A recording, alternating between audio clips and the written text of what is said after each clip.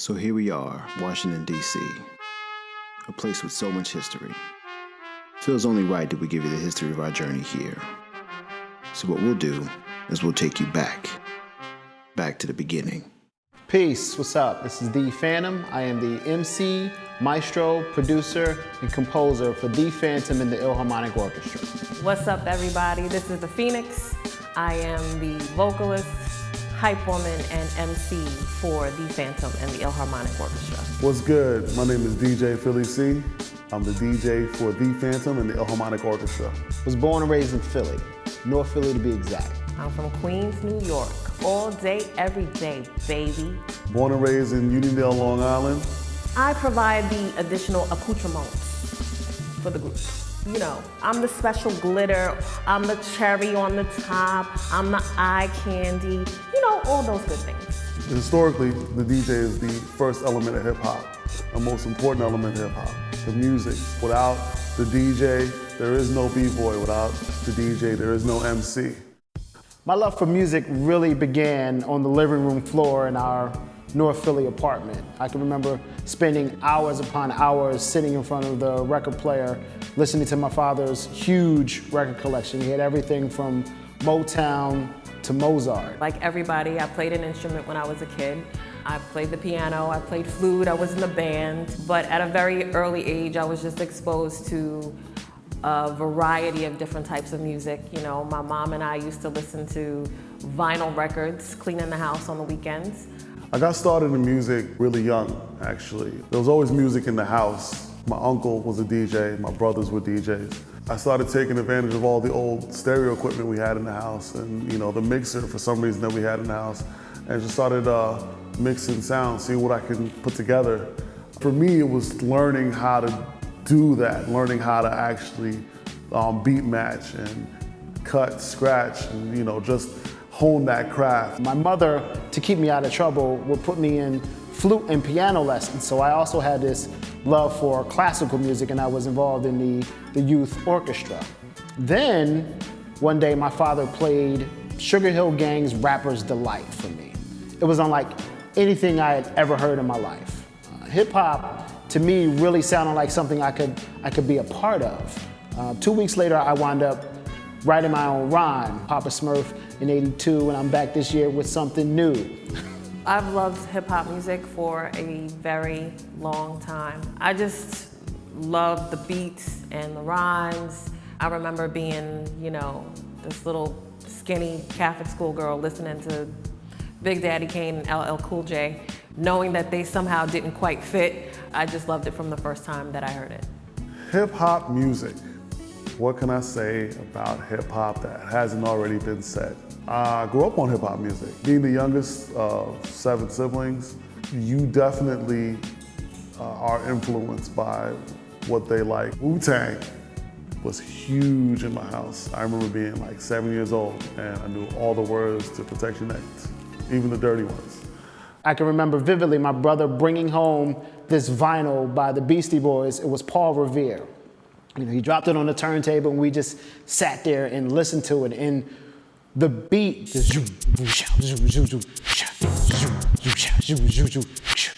in my mind, I had already heard, you know, Vivaldi and Mozart and Beethoven.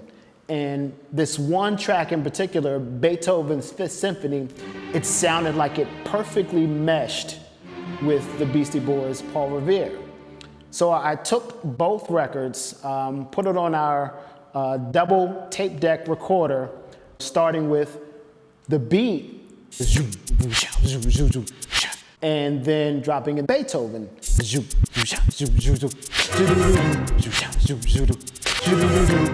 And I would go back and forth recording the two. And I was so excited about what it is that I did. I took the tape to my best friend's house. I played it for him, you know, and I'm sitting there with so much joy, and he popped the tape out and threw it across the room. He said it would never work.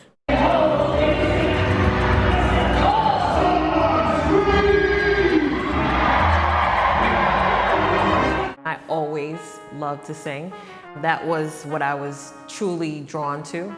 I remember singing on the back of the MTA New York City bus, singing Mary J. Blige because she was my absolute favorite singer at the time.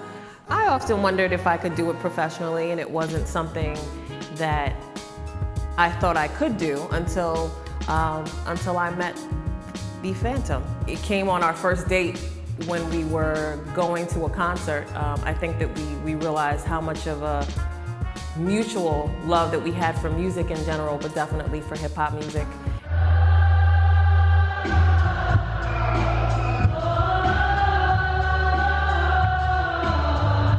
I worked with Phantom. We worked at the same company for a while. And when we first met, we hit it off. We were, vibing over specifically hip hop. Phantom told me he was a rapper. And I was like, okay, that's dope. He told me he had an orchestra. And I was like, what? After my best friend basically dissed me, I became married to the idea of combining hip hop with classical music. So I would spend hours in my room just making tapes. And then one day, I saw Coolio on the Grammys doing Gangsta's Paradise. This was my idea. This was what I wanted to do. This was what I envisioned in '87 when I combined it, performing on stage, backed by a live orchestra. When Phantom and I first started dating, and I found out that he had this vision and this dream to start this orchestra, I knew that it was something special. The way it sounds is the way it is. It's a hip-hop group with orchestral instruments and classically trained musicians. I was like, oh, that's dope, I'm the DJ. He was like, oh, I'm looking for a DJ. And then, boom. We got the Phantom up in here, Philly C up in here. So while I was in Philly, reading the weekly newspaper, I saw this article about this guy who was at this brand new space called the Kimmel Center, and he was looking at ways to bring in younger audience to expose them to classical music.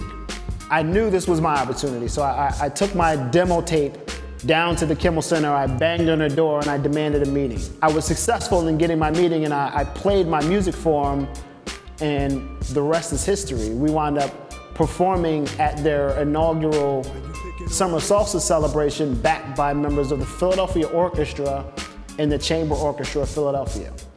You would think after performing at the Kimmel Center with the Philadelphia Orchestra that it would be smooth sailing. It wasn't. We met with a lot of pushback in the beginning.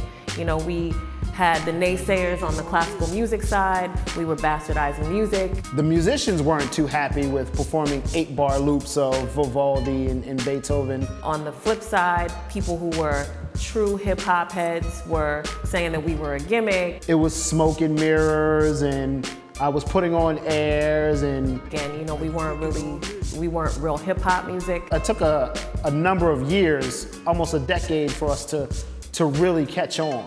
When we finally found a group of musicians who shared our same love for music, for hip hop, for classical music, that vision was finally realized, and we realized we had something that we could make work. It became this new experience, hip hop with an orchestra in a concert hall. On the back of music, hip hop, DJing, and Phantom's persistence, I've been around the world.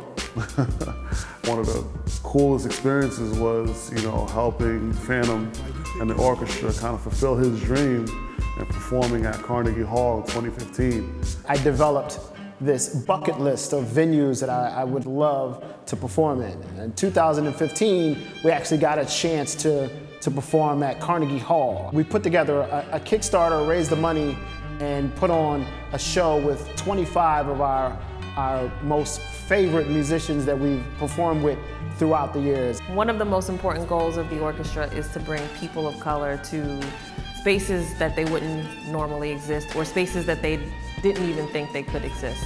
Performing at venues like Carnegie Hall was the culmination of many, many years of work to bring hip hop and b-boys and classical music on our terms. Producing our own show was an amazing experience. It was an opportunity to, do something that very few hip hop artists can say they've done, and that's perform at Carnegie. It was a dream come true. Next on my bucket list was the Kennedy Center. I put out feelers to the Kennedy Center for about 3 or 4 years. And then we got offered an opportunity in 2016 to perform in the Millennium Soundstage. So this was an opportunity for us to really get our foot in the door. They put together a hip hop festival that incorporated all 4 elements of hip hop. B-boys, Graffiti, and DJs. MCing. So with this opportunity, I started to promote. Phantom, and his infinite wisdom of networking, took what he had, which was a festival that was local, and then just kind of made it so that it seemed like everybody that was interested in hip hop culture in the DMV area was interested in this show. I put an event page on Facebook, and it started to get quite a few people that were interested in a matter of days. The page exploded up to about 19,000 people that were interested in this event. For our event, we wound up filling the space with about 4,000 people. To stand on stage, looking out into the audience and seeing people who look like me and having them, see someone who looks like them on stage playing the violin or the cello and combining it with hip hop, that's what we do this for. It was awesome. It was, dreams realized, and was so great that it wound up bringing us back for their New Year's Eve show in 2017. We were invited back for our own headlining show in one of their bigger rooms. Now this was in the concert hall that Nas performed with the National Symphony Orchestra when he did his 20th anniversary of Illmatic. 2,500 paying customers coming to see the Phantom in the Illharmonic Orchestra. And we sold it out in a matter of weeks. This was a dream come true, for myself, for the Phoenix, for DJ Philly C, to stand on that stage and give it our all and rock the show, and we rocked that show. We had those people yelling and screaming. We turned the Kennedy Center into our own basement party.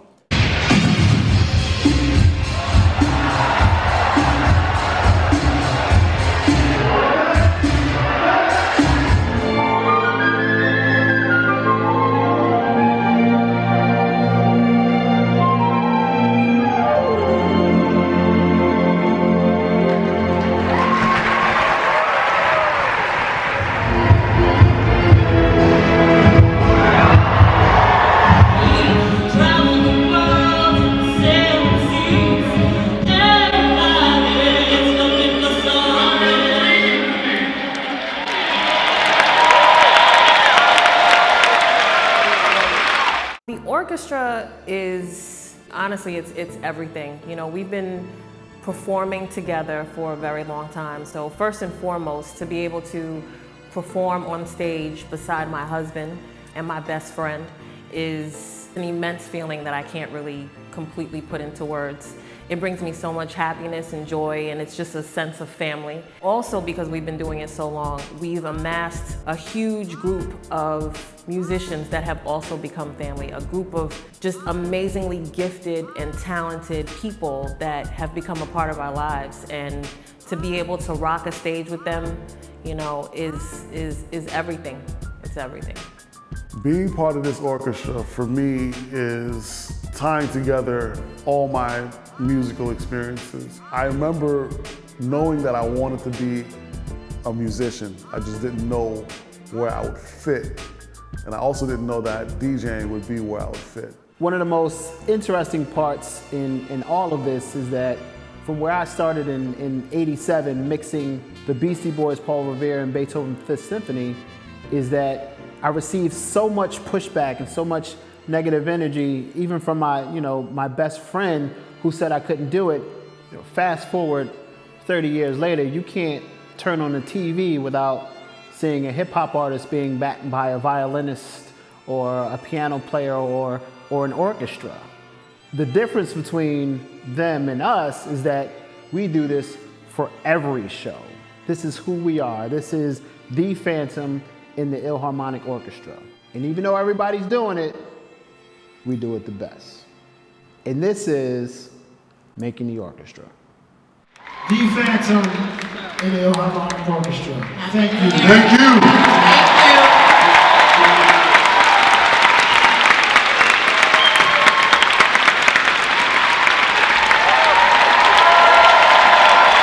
Thank you, thank you.